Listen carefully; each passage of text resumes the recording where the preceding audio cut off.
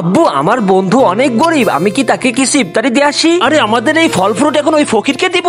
কিন্তু আব্বু চুপচাপ ইফতারি কর, না হলে তো জবান ছিঁড়ে ফেলবো।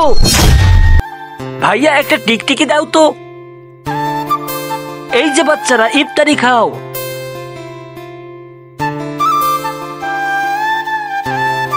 আব্বু এই ইফতারের ভিতরে তো টিকটিকি চলে এসেছে। কি বলিস বাবা, আমি কি এটা বাইরে ফেলে দিয়ে আসবো? ঠিক আছে তাড়াতাড়ি যা। এই নে দোস্ত, আমি তোকে ওয়াদা করেছিলাম না যে আজকে আমি তোকে ইফতারি খাওয়াবো? শুক্রিয়া বন্ধু। আচ্ছা ঠিক আছে, আমি কালকে আসবো।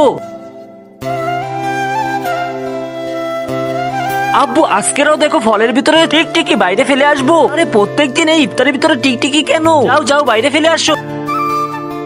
আরে তাড়াতাড়ি রাখ দোস্ত, আমি তাড়াতাড়ি আসি। বাবা আজকেও টিকটিকি এখানে, আমি কি এটা ফেলে আসবো? হ্যাঁ ফেলে আসো। এ প্রত্যেকদিন দেখাই এর ভিতর টিকটিকি, আজকে এর ভিতর দেখবো কি কাহিনী। এই নে দোস্ত, আমি তোকে মানা করেছিলাম এই গরিবকে ইফতারি দিবি না, তুই এখানে আবার ইফতারি নিয়ে চলে এসেছিস। আব্বু তুমি তো আমার কথাটা শুনবে। খুব চুপ, তুই আমাকে মিথ্যে কথা বলতিস যে ওর ভিতর টিকটিকি চলে আসতো। এর তো বাপি আগে ইফতারি করাতে দেন, আবার তুই আগে ইফতারি করতে দিস কেন? বাবা আমি তো তোমাকে এটাই বুঝাইতে চাচ্ছিলাম, এর এই দুনিয়ায় কেউ নেই, এতে এতিম। কি? আরে আমাকে তুই আগে বলবি না? বাবা আমি আপনাকে একবার বলতে চেয়েছিলাম। চুপচাপ ইফতারি খা, আর না হলে তোর জবান ছিঁড়ে ফেলবো। হে আল্লাহ তুমি আমাকে মাফ করে দাও, আমি এতিম বাচ্চার সাথে অনেক খারাপ কাজ করেছি।